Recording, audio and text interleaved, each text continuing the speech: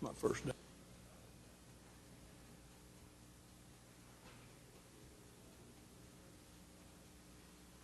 Good afternoon. October 11th meeting of the Oklahoma City Water Utilities Trust will be in order. The first item on the agenda is the approval of the minutes from the September 27th meeting. Move approval. Motion and a second to approve the September 27th meeting minutes. Are there questions, corrections, additions? Hearing none, voting please. The minutes are approved. Next item, consent docket. Move the consent docket subject to individual consideration. Have a motion and a second to approve the consent docket. Are there items to be considered separately? A number of items, lots of them. Hearing none, voting please. Consent docket's approved. Next item, concurrence docket, one item. Electrical work at the Draper plant, decrease. Hurry up and vote on it before we change our mind. Move approval. Have a motion and a second on item 4A. Comments or questions? Voting please. It's approved. Next item to be considered individual. The first is a project presentation by the urban development plan. Who's going to do that? There we go. Mr. Chairman, members of the trust, we have Isaac Harris from Mass Architects going to present today on a parcel owned by the trust at Lake Hefner. Okay. First of all, I'd like to say good afternoon, Chairman and trustees. As Mr. Browning said, my name is Isaac Hines with Mass Architects. Thank you for the opportunity to be here today to present this exciting project. I'd like to begin by giving you just a quick brief overview of the work we've done to date. You're all familiar with the piece of property at Northwest Expressway. It's been studied in great detail by our team to understand the viability and the potential for improvements at the property with the ultimate goal of generating additional non-ratepayer revenue. We've reviewed a wide range of information from a comprehensive market study. We've held multiple community charrettes to gain input on everything from what they would like to see to recreational amenities. The topics have run the gamut. Overall, the site appears to have a vast amount of potential not only to achieve these goals, but it's an opportunity to be a first in the city in terms of lake placemaking. It's something unique. It's something that Oklahoma City has the opportunity to be forward-thinking in. Any proposed development that happens at this site needs to fulfill the goals of AQUIT, be compatible and support the City Council's priorities, and also adhere to and enhance the Plan Oklahoma City document that was released in 2015. Again, this is just to iterate some of those goals: generate additional non-ratepayer revenue, improve and expand upon existing recreational amenities at the lake, support thriving neighborhoods. A big piece to any live, work, play development is to connect to an existing transit system, create opportunities for recreation and wellness, help build strong financial management of the trust's estate, and incorporate the guiding principles as I mentioned. The three possible following concepts are guides to inspire potential developers in the preparation of their proposals. These concepts that I'm about to show you are schematic in nature, and this allows for ultimate flexibility in proposal submissions from the selected development team. So concept A illustrates the development focus primarily along the Northwest Expressway corridor, keeping the majority of it down toward the already heavily trafficked thoroughfare. This utilizes approximately what's shown here as plus or minus 20 acres of development. One of the ways in which to make this happen is all sites have existing hurdles and impediments. This one proposes to minimize those by carefully placing the development to avoid existing drainage patterns, existing lift stations, things on the site that could be impediments you avoid or you turn into amenities. By creating an internally focused commercial and retail development, which this one proposes 84,000 square feet of retail and 100,000 square feet of office, you create a smaller scale district that pulls from the lake amenities and uses careful, thoughtful design. This concept proposes the least amount of disturbance of the three, but also yields the least amount of revenue, potential revenue. Of the 20 acres, the assumptions that we made are consistent between three options. So the assumptions based on this concept net, what do we say up there, 9.5% rate of return for the developer. If we take that and scale that up slightly, go to concept B, there we go. All right.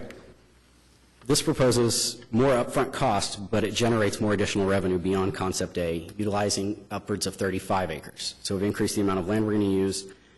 And in addition to achieving the goals of A, this one sets forth to turn the site constraints into site amenities in a much more inviting manner. The schematic diagram illustrates the north-south drainage channel that exists from Northwest Expressway to the lake. This proposes that that could be turned into some sort of green river waterfront feature that ties into some of the previous efforts to create a south gateway to Hefner. We have various wooded areas that would, we would like to see, how can we incorporate those? Is there a way? Is it possible? Leave that flexibility to provide the green space, mix that in. That gateway provides a visual connection from the Northwest Expressway corridor to the lake itself, something that's missing currently when you drive through. You drive right past the lake and you don't even see that it's there. This additional land usage in this concept proposes to include and shows what would happen if you included a housing component to get the full benefit of a live, work, play development, something that's been a great trend lately. And this provides additional amenities to the neighbors and lake users. So we have 100,000 square feet of retail, 125,000 square feet of office, and 40 to 80 units of residential. And the densities and things would adhere to Plan Oklahoma City as to how those are arranged, how they're laid out, things of that nature.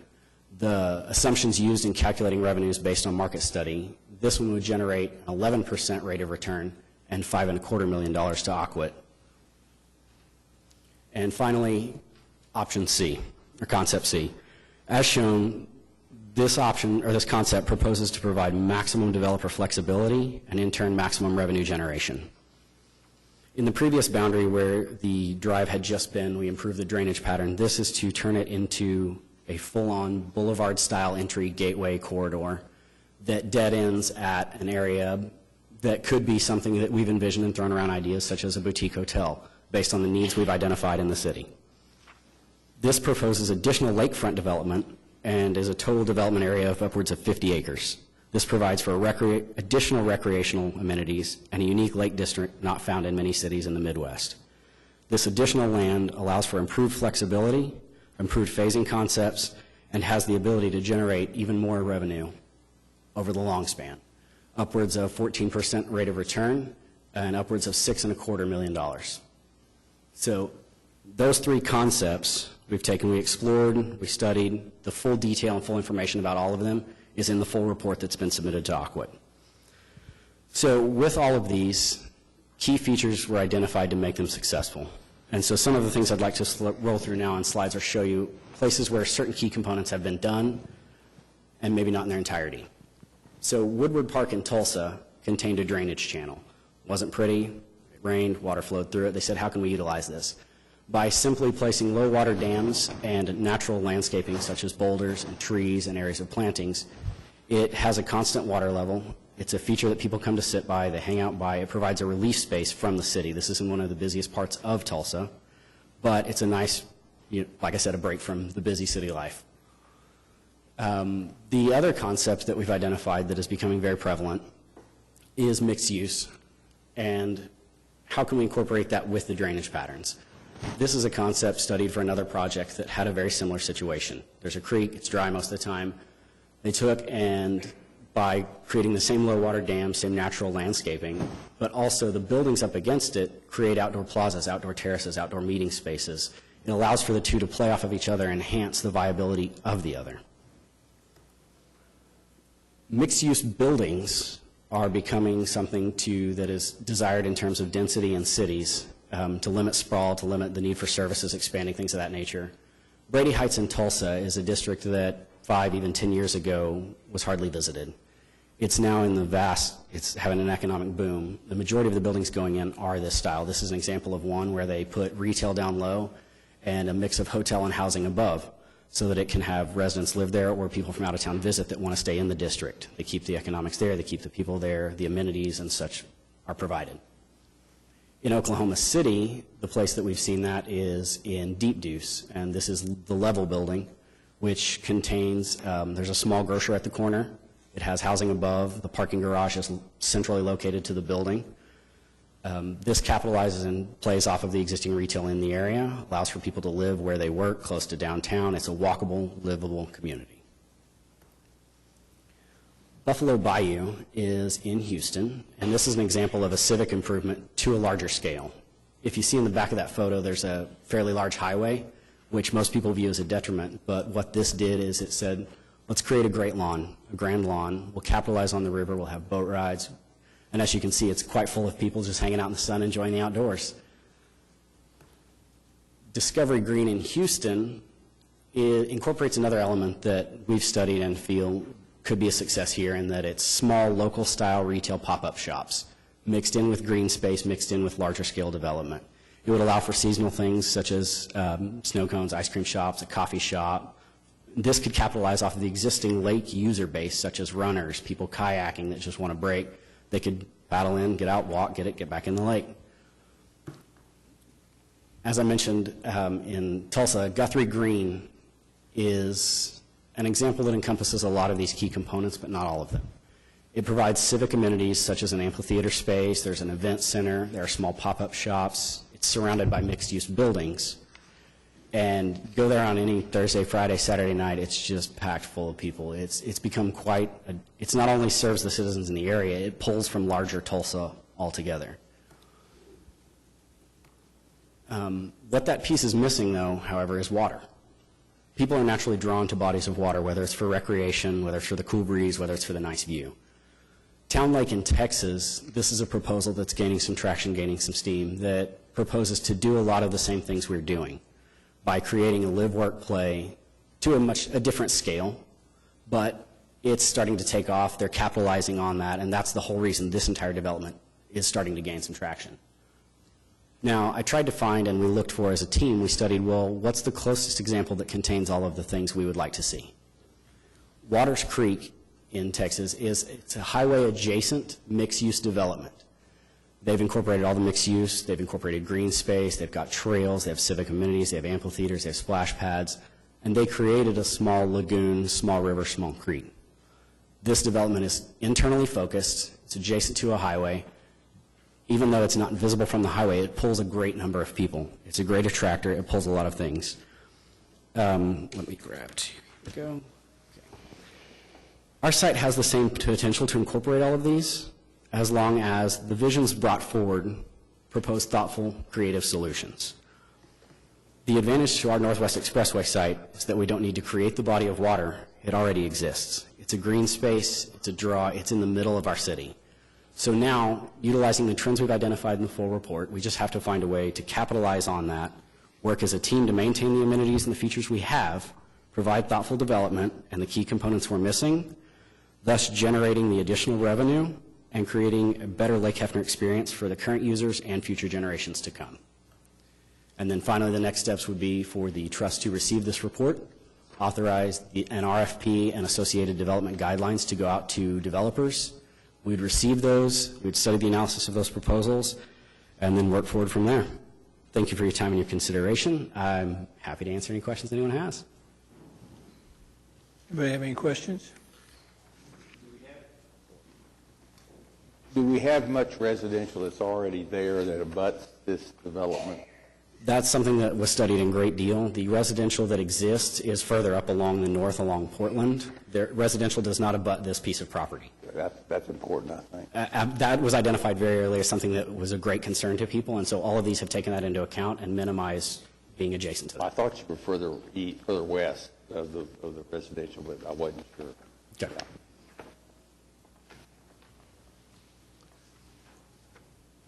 The revenues that you propose are from the ground lease, is that?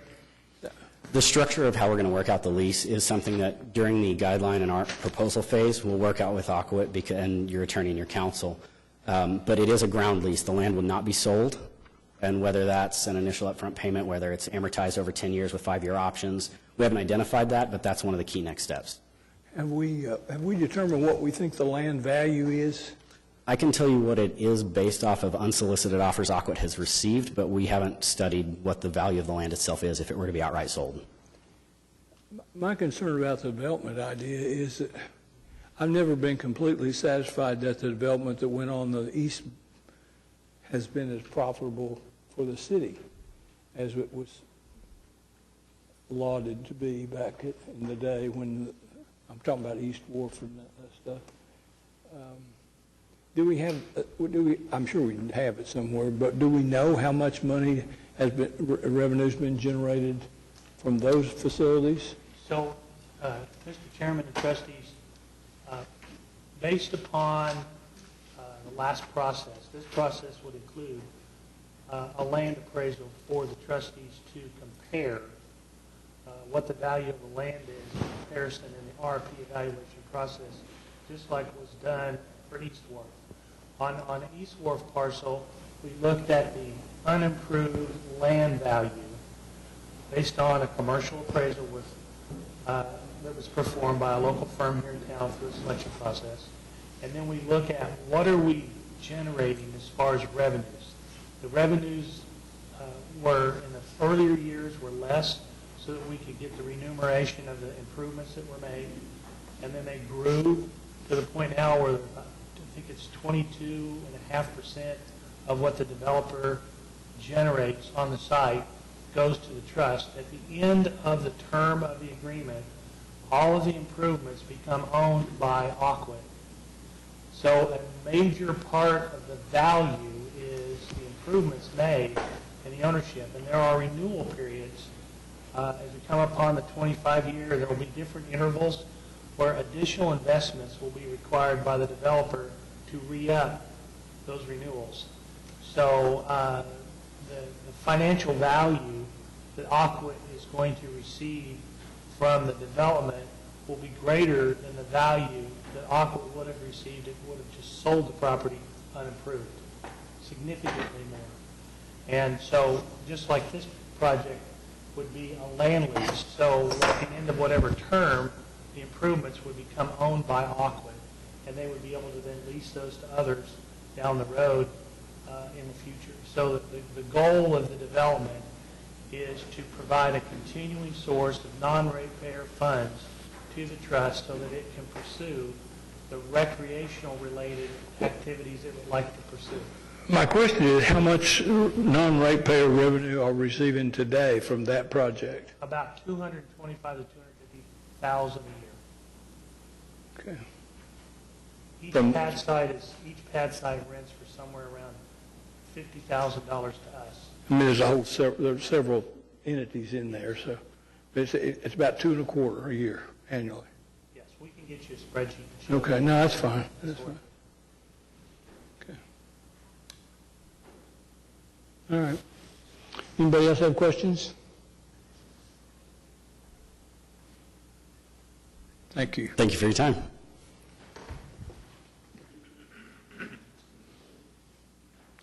Yeah, I need a motion to receive the report. Second. All in favor, say aye. Or vote, I mean. It's received. Next item, are there items, what? There's a resolution on the item. There is? It's received comprehensive report. And authorized They to, just approved the report. well, the whole heading reads, receive report and authorize Mass to prepare the RFP for the trust. And that was all approved. Okay, Approved and authorized. so we're done. Received and authorized. So we're moving, okay. Next item is item from trustees. Any trustees have comments or questions? Next item, general manager's report, and there's a report in our packet from the Oklahoma Water Pollution Control Association, Oklahoma American Water Works Association, 2016 Water Taste Test winner. Mr. Chairman, thank you. Before we get to that presentation, I'd like to take this opportunity to congratulate Vice Chairman Edwards for his reappointment. We really do appreciate your service. We have Dustin Seagraves here today to give us a presentation and tell us a little bit about our water. Good afternoon, Chairman and trustees. I'm As you have heard, that we're glad to present that we entered a taste test competition at the OWPCA, which is the Oklahoma Water Pollution Control Association, that was held at Rose State College. And we competed against cities around the metropolitan area and even Tulsa. Some of the cities we competed against were Norman, Edmond, and Stillwater. In order to determine the best water, because we had the 3 treatment plants, is we had an internal taste test in the utilities department, and we took Hefner Water Treatment Plant water to the contest, and it won. And I brought with me the staff from the Hefner Water Treatment Plant, so that way they could be recognized. As I have Mr. James Saul, who's the plant manager, Brock Bennett, who is the operations supervisor, who's responsible for all the chemical dosage and so forth and so on. I have Leanne Kissmiller, who's the lab manager, to make sure that we're doing everything in accordance with DEQ. I have Mr. Jeff Bolden, who is my assistant superintendent, who makes sure that I'm doing what I need to do, and he stays on top of all the water treatment plants. And then I have Mr. William Waller. He makes sure all the equipment, he's a mechanic supervisor, he makes sure all the equipment and everything is in top notch, working as it should be. And they presented us with the plaque, and I can make a copy of this and I can present it to you, but I have one in my office, and I'm also going to hang this at the Hefner plant. But it is exciting to hear that our water is the best in Oklahoma. And so what this allows us to do is at the end of October, the end of this month, is we're going to be competing at the southwest section of AWWA that's held in Rogers, Arkansas. And we'll be competing against cities from Louisiana and Arkansas. And if we win there, then we are able to compete in Philadelphia, Pennsylvania at the national competition.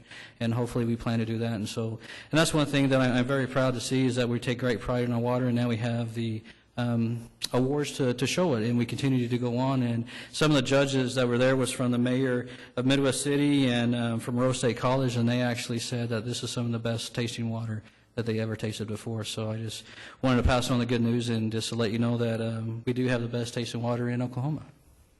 Thank you. Thank you. Any questions? Okay, thank you. It's not our first rodeo on that either, is it? Haven't we won that before? Okay.